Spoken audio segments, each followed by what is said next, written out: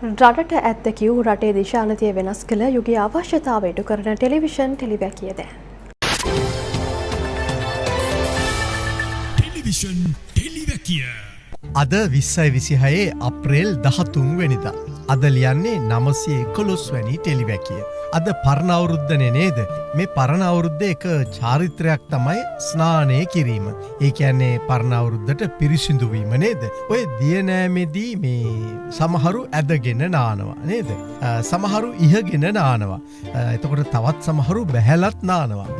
වතුර තියෙන විදිහට ඉතින් ඔය ටැප් එකෙන් හරි ලිඳෙන් බාල්දියකින් ඇදලා හරි ඉතින් අපිත් නා ගන්නවා නේද? හොඳයි. මේ දවස්වල වතුර වෙනුවට හැබැයි ඒ වුණාට වැඩි දෙනෙකුම මේ නාගෙන තියෙන්නේ දැලිවලින්. දැලිවලින් කියලා තමයි පේන්ට තියෙන්නේ. ඔව් මේ දැලිවලින් නාගෙන ඉන්න බව පේන්ට තියෙනවා. දැලි කිව්වට නිකන් දැලි එහෙමත් නෙමෙයි ඒක. හරිද? අඟුරු වල දැලි. අඟුරු කිව්වහමත් ඉතින් ඔය පොල් කටු අඟුරු එහෙම නෙමෙයි. ගල් අඟුරු වල දැලි නේද? විපක්ෂයේ කියන විදිහට විපක්ෂයේ. හොඳේ විපක්ෂයේ කියන විදිහට නම් ඇමති කුමාර නිසා ආණ්ඩුව හත් පොලේම දැලි ගාගෙනලු ඉන්නේ. ආණ්ඩුව හත් පොලේම ඔය ඉංජිනේරු කුමාර නිසා දැලි ගාගෙනලු ඉන්නේ. හොඳේ එතකොට ආණ්ඩුව කියනවා 2009 ඉඳලම ඒ කියන්නේ ඔය නොරොච්චෝලේ හදපු දවසේ ඉඳලම හරිද ගල් අඟුරු වලින් කාපු අය ඉන්නවා කියලා. ඒ සියල්ල දැන් හොයන්න පටන් ගන්නවා කියලා. ඒ කියන්නේ විපක්ෂයේත් ඔය ඒ කාලේ මේ ගල් අඟුරු දැලි නාගත් අය ඉඳලා තියෙනවා වගේ නේද? ඕ අනිවාර්යයෙන්ම ඉන්ට ඕනි කියලා හිතෙනවා. හොඳයි ඉතින් අපි බලමුකෝ එහෙම දැලි තියෙනවා නම් ඒ දැලිත් එහෙම එළියට ගන්න එපාය නේද? හැබැයි කොහොම වුණත් ඉතින් ඔය මූණේ දැලි ගාගත්තාම නේද? මූණේ දැලි ගෑවුනහම හරි අමාරුයි මකා ගන්නට. හරිය ඒකට හුඟක් වෙලාවට ඉතින් හොඳ මේ ෆේස් වොෂ් එකක් එහෙම දාන්ට වෙනවා. හොඳේ කවුරුත් මුහුණේ දැලි උලා ගන්නේ නැතුව ඉන්නවා නම් ඒක තමයි හොඳ නේද? හෙටින් උදාවන අලුත් අවුරුද්දේවත් මේ මූණේ දැලි උලා ගන්න නැතුව ඉන්න ඕනි කියලා හිතාගමු කියලා ඕන් අද මුලින්ම මතක් කරනවා. හොඳේ ඇත්තටම ගල් අඟුරු වල දැලි හැමතැනම තියෙනවා. හොඳේ ඔය ගල් අඟුරු බලාගාරයේ තියෙන නොරොච්චෝලේනේ ඒ වුණාට අඟුරු දැලි හැමතැනම. හරිය. ඒ නිසා මේ බලාගාරයේ හදපු 2009 වගේ ඈතටම යන්නේක හොඳයි. හරිය. ඒක හොඳ තීන්දුවක්. එහෙම ගිහිල්ලා එතකොට හුඟක් දැලිනාපු අයව අඳුන ගන්න පුළුවන්. එහෙම අඳුනගෙන එනකොට එදා මෙදා අතර නාපු දැලිවල ප්‍රමාණයත් ගණනය කරගන්න පුළුවන් වේවි. එතකොට මේ ගල් අඟුරු ගැන ඔය ඊයේ පෙරේදා පාර්ලිමේන්තුවට දැම්මේ ඉතිහාසයේ පළවෙනි විගණන වාර්තාව එහෙම නෙමෙයි. ඒකත් මතක තියාගන්න. මීට පෙරත් ගල් අඟුරු ගැන විගණන වාර්තා දෙකක් විතර ඉදිරිපත් වෙලා තියෙනවා. ඒවත් කතා කරන්නට බලාපොරොත්තුවක් තියෙනවා. හොඳේ අපි ඊට පෙර ටිකක් ඔය ලෝකෙ වටේ රවුමක් යන්න වෙනවා.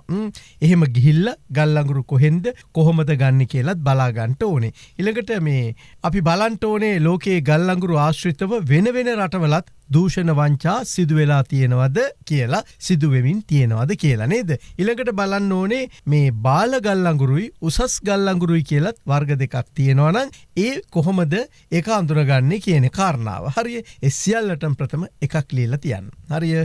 බාල ගල් අඟුරු නිසා බරපතල පාඩුවක් වෙන බව පරම සත්‍යයක්. එතකොට ඒ සමස්ත පාඩුවම අදාළ සමාගමෙන් අය කරගන්න පුළුවන් නම් මරු. ඒක මරු. හැබැයි එදා එහෙම වුණෙත් නෑ. අද එහෙම වෙන්නෙත් නෑ. හරිද? එහෙම කරන එක හිතන තරම් ලේසිත් නෑ.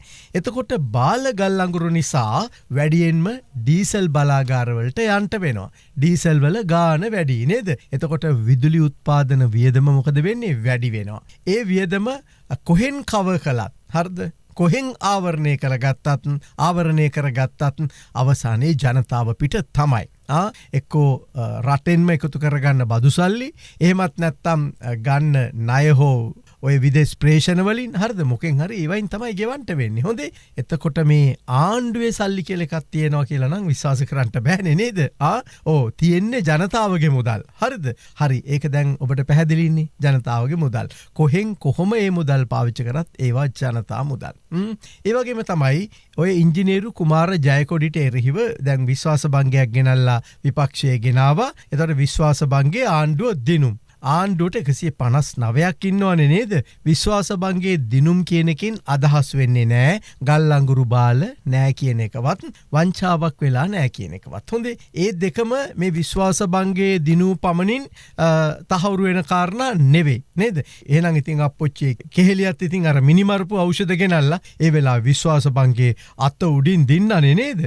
එදා යාගේ පක්ෂය එයාව ආරක්ෂා කළමින් අනේ කෙහෙලිය බාල බෙහෙත් ගෙනාවේ නැහැ කියලා ඡන්දේ දීලා විශ්වාසභංගයේ පරද්දලා නේද? කෙහෙලියව දිනෙව්වා. ඒ වුණාට දැන් කතාව අධිකරණයට ගිහිල්ලානේ තියෙන්නේ නේද?